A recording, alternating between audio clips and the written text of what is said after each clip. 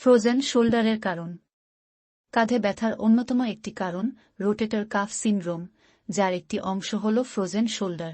40 থেকে 60 বছর বয়সে এ রোগ বেশি হয়ে থাকে।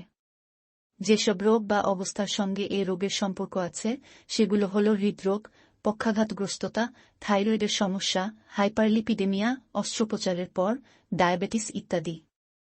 ফ্রোজেন শোল্ডারের সঠিক কোনো কারণ জানা নেই। এতে ফাইব্রোব্লাস্টিক প্রলিফারেশন হয়, ফাইব্রোসিস হয়ে লিগামেন্ট কন্ট্রাচার হয়।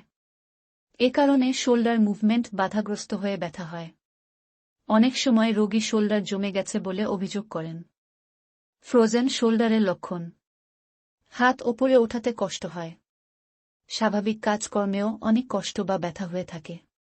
কেউ অনেক কষ্টে রোটেশন করে হাত একটু নাড়াতে পারেন। ফ্রোজেন শোল্ডারের রোগ নির্ণয়: পরীক্ষা নিরীক্ষা করে এ রোগ নির্ণয় করা কঠিন। ব্যথা অনেক থাকলেও এক্সরেতে কোনো পরিবর্তন লক্ষ্য করা যায় না। এ রোগ 3টি ধাপে স্বাভাবিক পর্যায় পার করে 18 মাসের মধ্যে সাধারণত আপনা আপনি ভালো হয়ে যায়। ফ্রোজেন শোল্ডারের চিকিৎসা: ফ্রোজেন শোল্ডারে ফিজিওথেরাপি।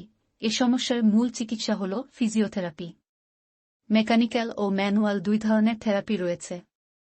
একজন অভিজ্ঞ ফিজিওথেরাপিস্ট আপনার সমস্যা অনুযায়ী ব্যবস্থা নেবেন।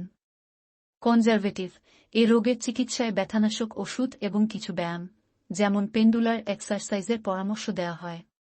সার্জিক্যাল: যদি কনজারভেটিভ চিকিৎসায় কাজ না হয় তবে লিগামেন্ট রিলিজ করে ভালো ফল পাওয়া যায়।